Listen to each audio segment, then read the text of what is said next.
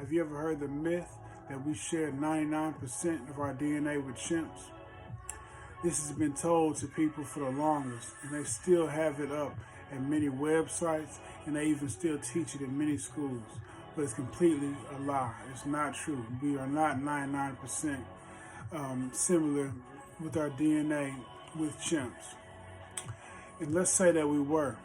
If we were 99% similar to chimps, would that mean that we came from chimps, that we evolved from them?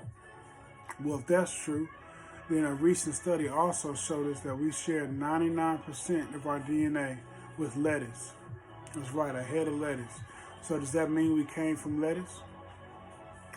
Whenever you're thinking about similarities, the assumption that evolutionists make is that because we share similarities with different animals, that means we came from them. But this also can be seen in a whole different light. It can be seen as we have similarities with other animals and with other things on this earth because we are created by the same creator. If I was to build a house, I might start with the deck, and the deck is made of wood, and then I start building the walls, and the walls are made of wood. Does that mean that the floor turned into the walls? In the evolutionist mind, then that's exactly what it would mean. But that's simply not the case. It's just the same builder of the house is using the same kinds of materials because he knows they work good. They're good for this environment. They work good together. And so that's what the same thing God did with us. When God created us, he made this world first. And that's what the Bible tells us. The world was made first.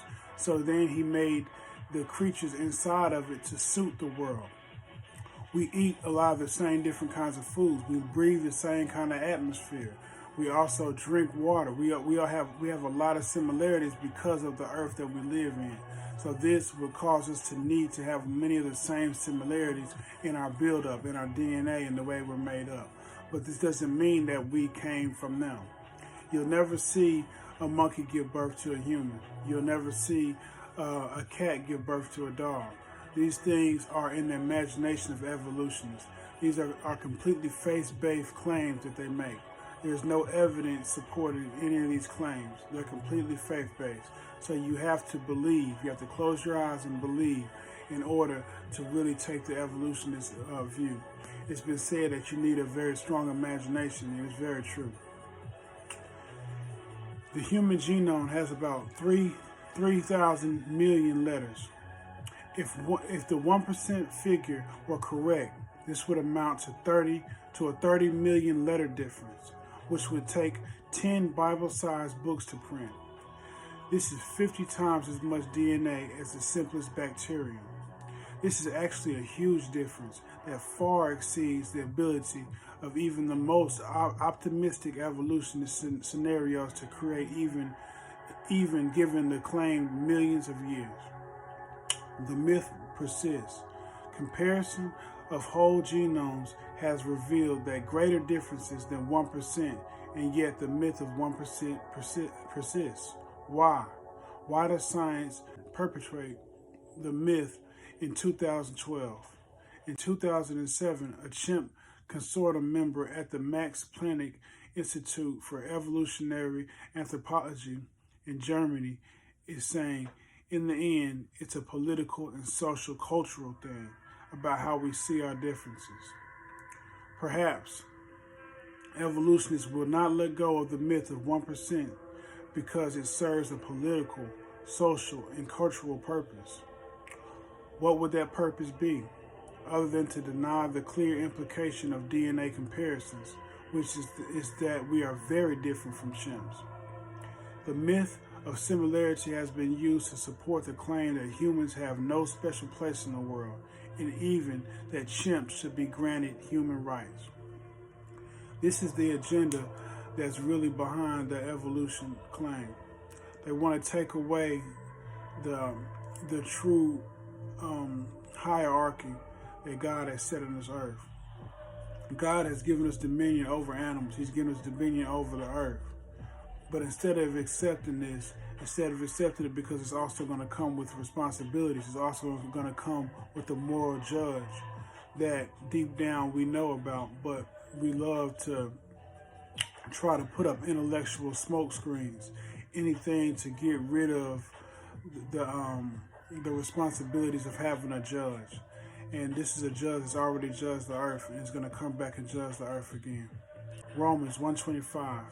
They exchanged the truth of God for the lie and worshiped and served the creature rather than the Creator, who is blessed forever. Amen. We have to remember that everything that happens in this world is part of God's plan. God will allow Satan to think that his plans are coming out on top.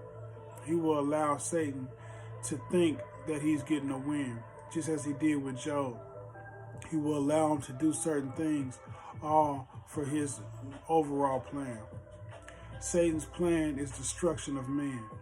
He wants man to look at each other as we're just animals. The more we look at each other as just animals, the more we'll care about animals more than we do other people.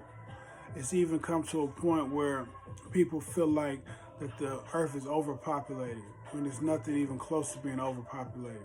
People feel like that we need to lower the population.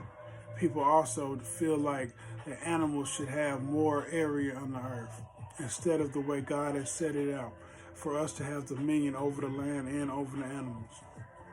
The more we fall into this planet loving and this creature loving mentality, the more we'll start to hate other humans. You have people that will spend all their money saving animals and saving dogs when right outside their house they might have people that don't even have food to eat. We are made in the image of God. We have a special place in creation. The more we fall in love with the planet and animals, the less we focus on the human beings who have everlasting souls. There is a heaven and a hell. Animals do not have a heaven and a hell to go to. When they're gone, they're gone. We have to realize this. Something to think about. Do take good care of yourself.